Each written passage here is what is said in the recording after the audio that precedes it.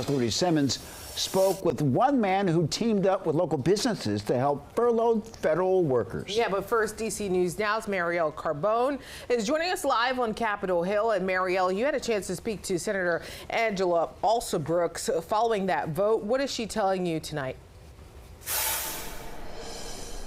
Well, also Brooks says that vote and the turnout of it was as expected. The numbers didn't really shift much from the other votes. Now, for Democrats, they want to see an extension on health care subsidies that are set to expire attached to a spending bill. But Republicans say they'll negotiate on that only after a temporary bill is passed, reopening the government.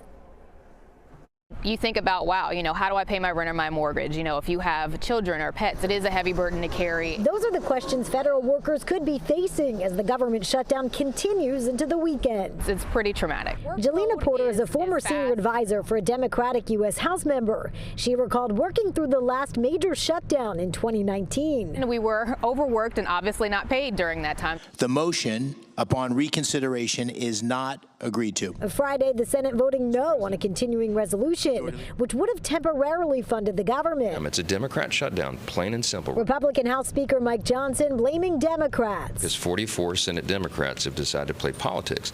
What we passed in the House 2 weeks ago is a simple continuing resolution. It's exactly the status quo. We're just asking them to extend it for 7 more weeks so the Republicans and Democrats can work together to figure out the new appropriations bills. The Republicans control the White House, the Senate, and the U.S. House of Representatives. And because of the ineffectiveness of governing right now, we see this shutdown. Senator Angela also Brooks says it's bigger than that. We have seen now this targeted attack on federal employees, the cutting of Medicaid. We've seen now these insurance rates, which now in the next few weeks, most Americans will open their insurance bills and realize their insurance costs have gone up by 15 to 20%. For Porter, it's not about politics, but the impact on workers. We all need each other. It doesn't matter, who you vote for, who you work for. We have to work together.